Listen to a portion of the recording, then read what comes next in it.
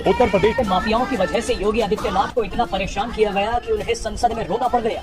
योगी को जेल तक जाना पड़ गया था। मुख्तार अंसारी ने तो योगी आदित्यनाथ पर हमला तक करवा दिया। मुख्तार अंसारी को उस समय की राज्य सरकार से पूरा समर्थन मिल रहा था, लेकिन इसके बावजूद योगी मुख्तार अंसारी से लड़ने पहुंच गए।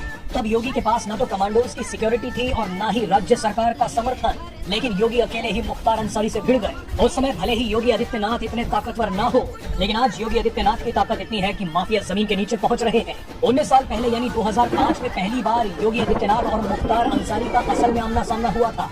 2005 में मऊ में भीषण दंगे हो गए। मुख्तार अंसारी वहां हथियारों को लहराते हुए खुली जीप में घूम रहा था।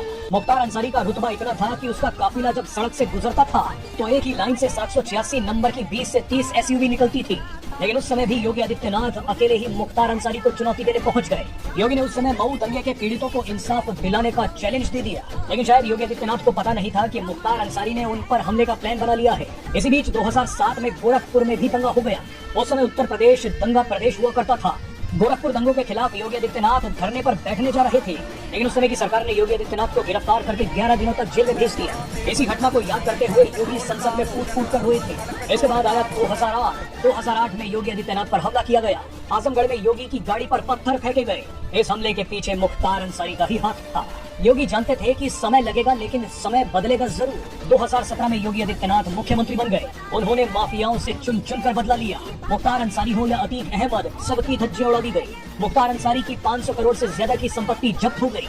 6.5 फुट का मुख्तार अंसारी पहले व्हील चेयर पर आया, उसके बाद एम्बुलेंस और फिर कब्र तक पहुंच गया। अब जाते जाते आपको सीएम योगी का एक बयान सुनाते हैं। 6 महीने पहले सीएम योगी ने मुख्तार अंसारी को लेकर एक बात कही थी, जो आज पूरे देश को सुननी चाहिए।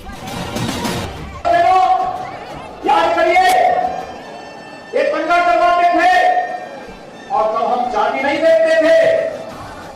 तब हम लोग इन दंगाबाजों को जवाब देने के लिए निकल पड़ते थे। और भाइयों बहनों, जैसे ही प्रधानमंत्री मोदी जी के आह्वान पर, उनके नेतृत्व में उत्तर प्रदेश में सरकार बनी, भारतीय जनता पार्टी नेतृत्व की, ये जो माफिया सवाल लहराते थे, आज व्हील चेयर पर अपनी जान की भीख मांगते हुए दिखाई दे रहे हैं।